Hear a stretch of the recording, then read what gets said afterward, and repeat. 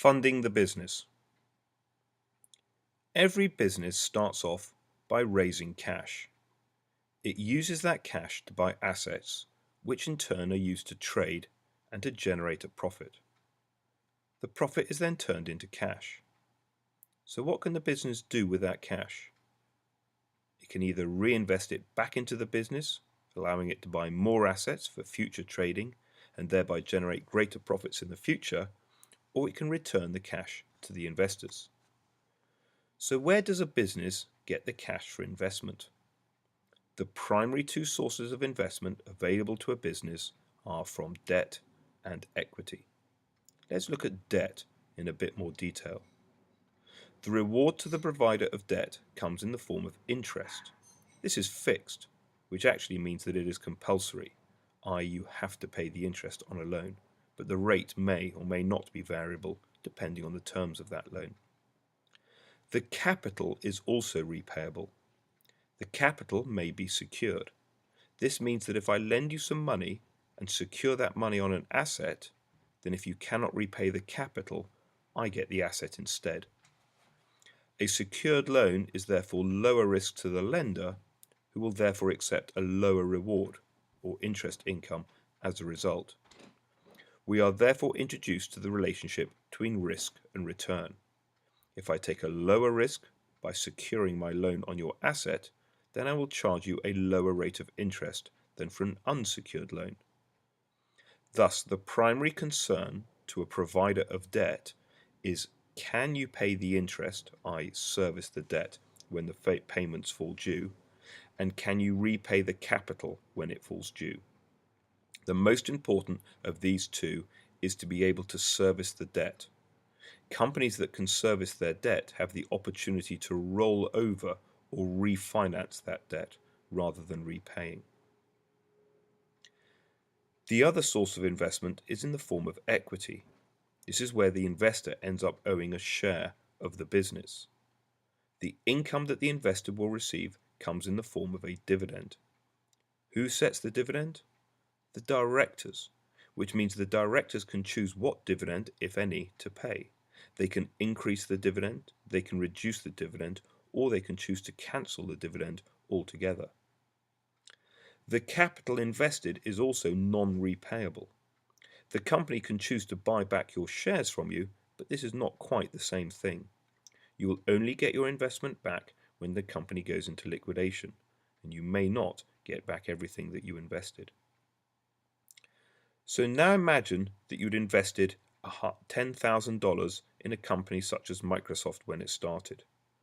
Microsoft did not pay a dividend for the first 15 years of its existence. You will only get the $10,000 back that you invested from Microsoft when it goes into liquidation, and right now the company has no intention of going into liquidation. So the question is, how happy would you be with your investment? If you're thinking, based on the fact that you've received no dividend income and have no prospect of getting your capital back from Microsoft in a reasonable time frame, that you would be unhappy, then you would be wrong. And the reason that you would actually be very happy with your investment, and quite possibly retired as well, is because the value of the shares has gone up. So, who sets the value of a share in Microsoft or BP? The answer is the markets. If you want to buy a share in BP, it is a reasonably straightforward process. You can do it online these days, but it's more fun if you do it on the phone, as you get to shout. So, you call up your stockbroker and shout, buy, buy, buy. The question is, how much of the amount that you pay to buy your share or shares in the company, in this case BP, do they actually receive? The answer is nothing. Why? Because when you phone up your stockbroker and shout buy, buy, buy, it just so happens that somebody else somewhere else in the world phones up their stockbroker and shouts sell, sell, sell. The stockbroker matches the two trades together, takes the commission, and the trade is acted. Hang on a sec, I've got this completely. Pause.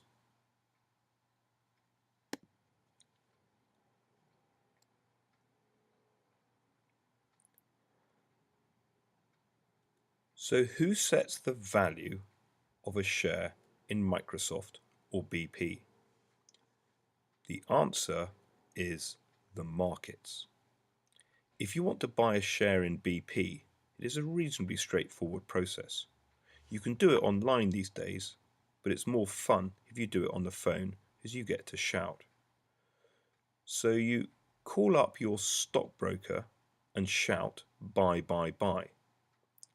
The question is, how much of the amount that you pay your shares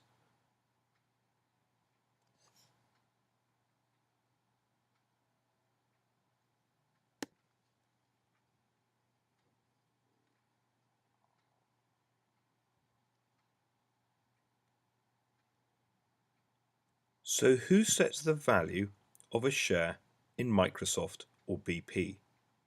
The answer is the markets. If you want to buy a share in BP, it is a reasonably straightforward process. You can do it online these days, but it is more fun if you do it on the phone as you get to shout. So you call up your stockbroker and shout, buy, buy, buy. The question is, how much of the amount that you pay to buy your share or shares does the company, in this case BP, actually receive? The answer is nothing. Why? Because when you phone up your stockbroker and shout buy, buy, buy, it just so happens that somewhere else in the world, someone else has phoned up their stockbroker and shouted sell, sell, sell. The stockbroker matches the two trades together, takes their commission, and the buyer exchanges the cash for the seller's share. The transaction is undertaken independently of the company whose shares have been traded. This is known as a secondary market transaction. The secondary market is where you and I trade the shares of businesses between ourselves, as opposed to a primary market transaction, which is where a company issues shares and receives the money for that investment, such as a flotation or a rights issue. The existence of the secondary market allows the primary market to function, i.e., you will buy shares either on the primary or secondary market because you believe you can sell them on the secondary market. Such an investment is described as being liquid, i.e., relatively easy to turn into cash. And so now we can see the concerns of the two investors as being very different. Because while the lender is concerned with whether the borrower will be able to service the debt and be able to repay the capital, the owner or shareholder is concerned with whether they will receive any income and how they can realize their investment. For an equity investment, the exit strategy is critical. Realizing an investment in a publicly traded share such as BP is pretty easy, as there is a ready secondary market in which to trade that share.